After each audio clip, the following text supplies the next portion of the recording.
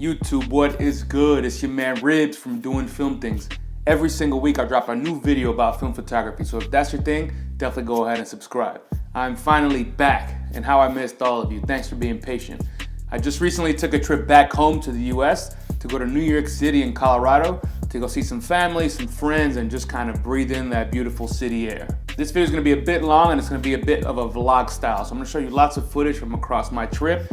Tons of film photography, lots of cameras, and just a whole bunch of good stuff. So get comfortable and enjoy the video. First and foremost, traveling back to the US was actually quite easy.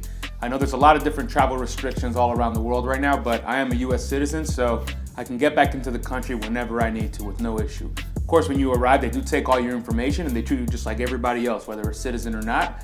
And at that point, you're told to watch your health and definitely monitor symptoms in case you did pick up something while traveling, or in case you were already sick by the time you left your original area. I do live full-time in the UK right now, so actually getting back to the UK is no issue at all either. The border is open, but basically if you're not part of that exempt list in terms of what country you're coming from, you do have to quarantine for 2 weeks. So I'm recording this right now from quarantine. All right, to kick off the trip, I actually wanted to start shooting with some Kodak Vision3 250D. I'm looking to do a review on this, and there'll be more information in the video described here once it's available, so definitely check that out. But in the meantime, I wanted to use this film and get a bunch of scenes from across the city while I was in New York. I was going to be biking all over the city, so I figured this would be a great time to capture some of that city energy and the sights, specifically on this cinema film. Honestly, it's almost like divine intervention, because when I had the 250D loaded up in my camera, that same day I came across this fantastic red Chevy Impala. Such a big, beautiful, classic American car, and obviously extremely photogenic. So I went to town on this car. I asked the owner if I could grab a couple photos, and he said yes, so I went ahead and took a whole bunch of them.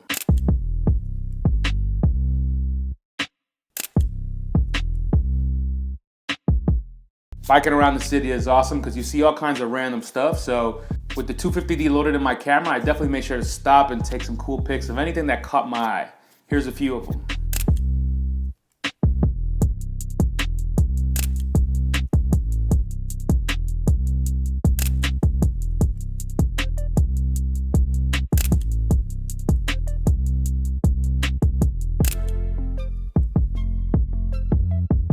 The next day on my way downtown, I actually biked through Times Square because I wanted to see with my own eyes what the situation was down there.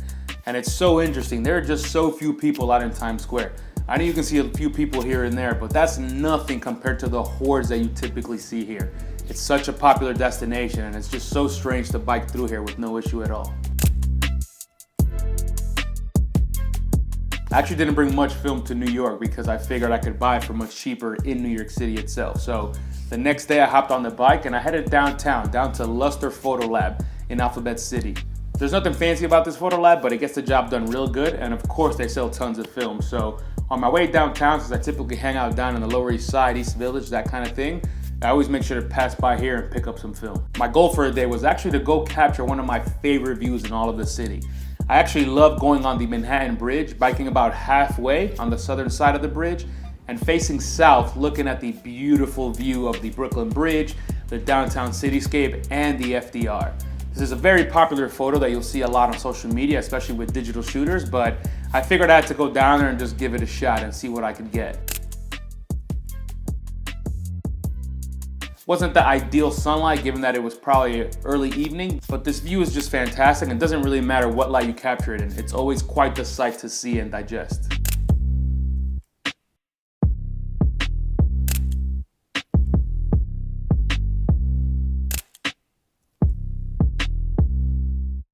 After those set of photos, I actually went out and hung out with some of my friends in the same area, and we kind of chilled, caught up, that kind of thing. At night though, on my way back uptown when I was biking, I did bike past Joe's Pizza, and I just can't get enough of this pizza, so I had to stop by and grab a slice. You're gonna see a lot of food in this video, so I hope you're ready for that. The next few days were pretty chill. The whole point again was to kind of go around the city, see a lot of my friends, and just hang out and relax. So I actually went out for a morning workout with one of my friends in my local park. And then later in the day, I actually went to the driving range at Chelsea Piers and hit a few golf balls with another friend of mine. Chelsea Piers is awesome. It's nice and open, outdoors, and it's just a great place to go and unwind and hit some balls. Finally, just before leaving for the next part of my trip, I actually stopped by one of my other friends' place in Brooklyn. We hung out, had dinner, caught up, But one of my friends actually hooked me up with a nice, beautiful Rollieflex. This Rollieflex is a 2.8 edition, so you've got a nice big aperture on the lens, and this camera is just awesome. It's basically just like any other TLR, but I really love this one given that it's the first one that I've ever really used, and it's basically on long-term loan for me. My friend graciously offered to let me borrow it and use it for as long as I'd like. Alright, so that wraps up the first part of my trip. Right in the middle of my 2-week journey, I actually decided to go to Colorado to visit some other friends of mine. Colorado's an epic place given that there's so much outdoor activity, so I wanted to go over there, do lots of hiking, do lots of photography stuff, and of course do some cooking as well. Not to mention, one of my friends is an avid film photographer as well, so he's got tons of cameras and a whole bunch of film. Look at this.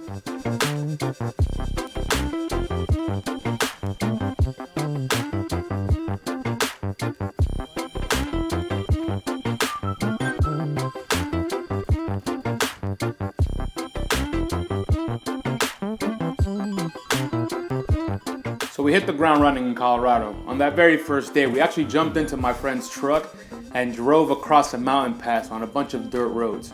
My friend's got a nice off-roading vehicle, which is cool because you can hop on these dirt roads and access different parts of the mountain that otherwise you wouldn't be able to unless you were hiking. So it was fantastic to get out there and get up at altitude and see these amazing sights. There's just so much nature in Colorado, and it's such a beautiful thing to behold. With this particular view, I was using my Canon 300V to keep it simple, but my friend busted out his Fuji GW690 II. This camera's a beast, you know, the Texas Leica, so we'll see that camera a bit again later.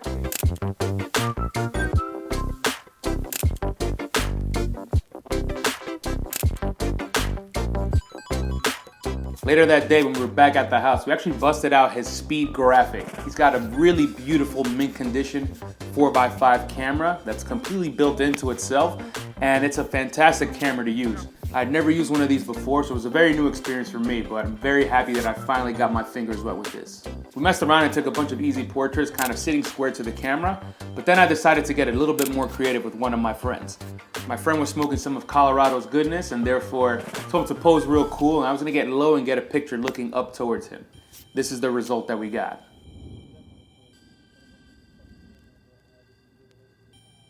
All right, here we go.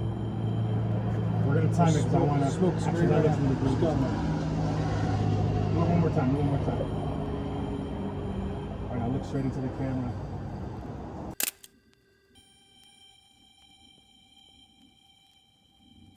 By the way, I'm sure you already noticed, but this dog right here is named Albert. Albert is a beautiful young Samoyed, and he's basically a massive lap dog. He thinks he's a lot smarter than he actually is, but he just loves to cuddle so much. Alright, so the next day we actually woke up pretty early in order to plan our route because we're going to be heading out to the Great Sand Dunes National Park. This is a jewel here in southern Colorado, and it gives us amazing sand dunes in order to hike up and look around and just see this beautiful, very interesting sight. Before even getting to the sand dunes, the drive alone was epic.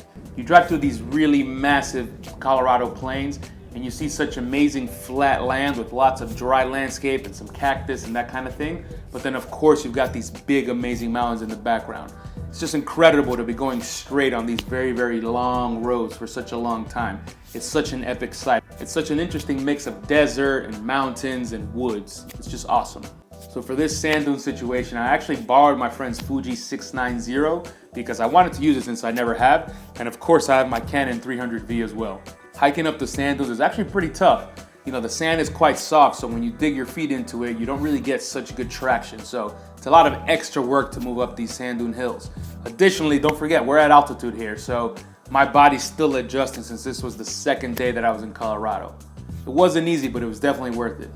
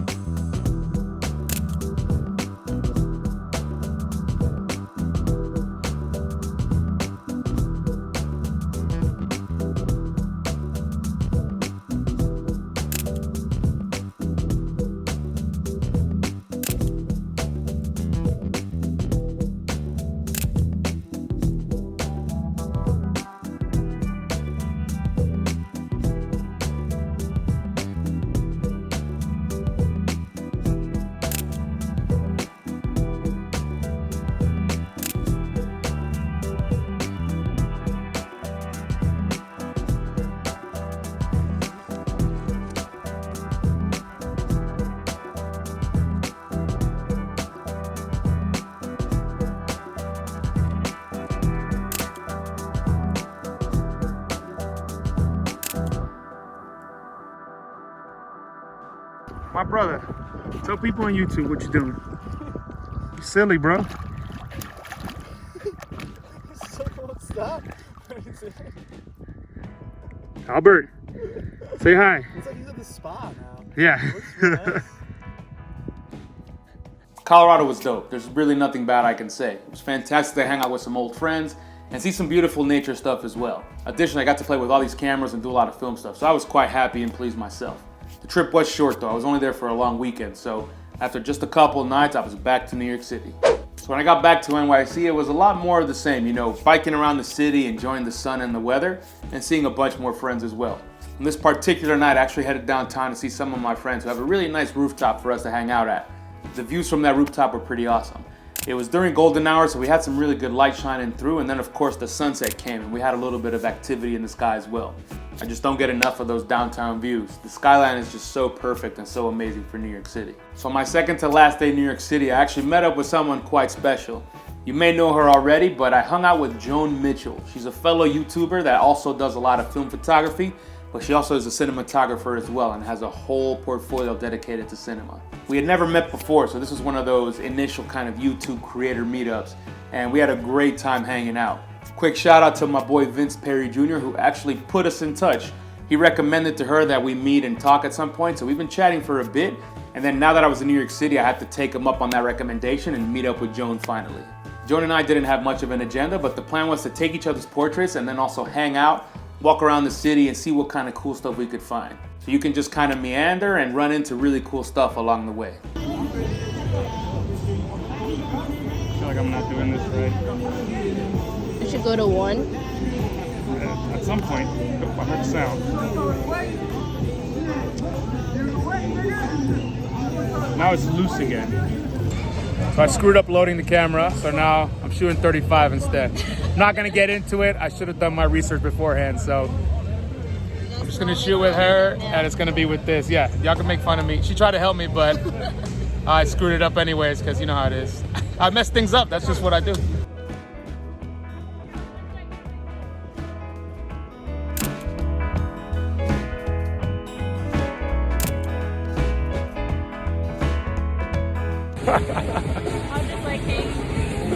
Just taking a couple photos in the slings, you know, being real artsy and shit.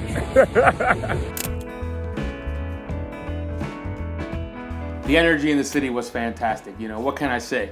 I love this city. You just walk around, look at stuff, meet random people, and it's pretty chill generally. The epitome of this is actually Washington Square Park, where so many different people just go and gather and hang out, whether it's for a protest or just for a beautiful celebration. It just does not matter. It's such a great place to be.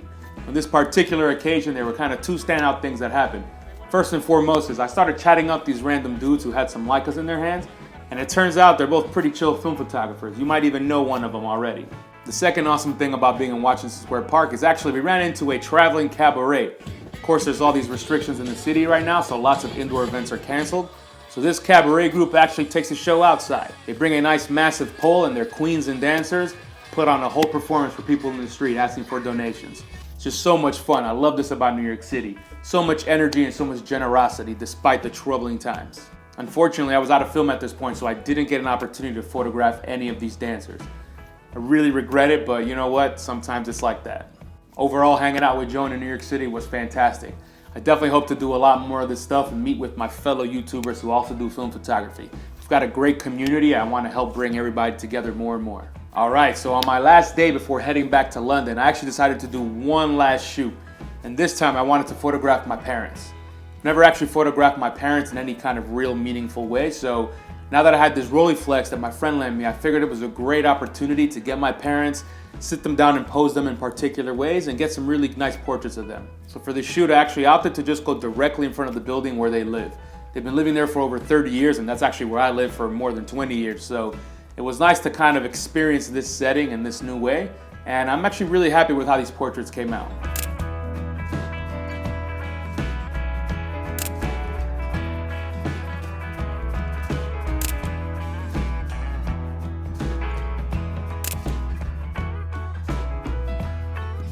It was really interesting to photograph them, you know. At this point, I was seeing my parents as a subject, as humans that I photograph, as opposed to my parents. So stepping out of that usual role was a very interesting experience, and I definitely recommend for anybody out there who's fortunate to still have their parents around to do that as well. So of course, all good times always come to an end. So at this point, my trip to NYC was over and it was time to head back to London. I'm so happy to get to NYC and actually experience the city once again after not being home for over 8 months. That may or may not be a long time to some of you, but for me, it felt like an eternity. As the saying goes, you already know, there's no place like home. So I got a whole bunch more content coming for you this week since I'm in quarantine, so make sure to look out for my next upcoming videos. If you enjoyed this video, please go ahead and leave me a like. And of course, if you want to see more videos like this, definitely go ahead and subscribe. That's all I got for today, y'all. Peace.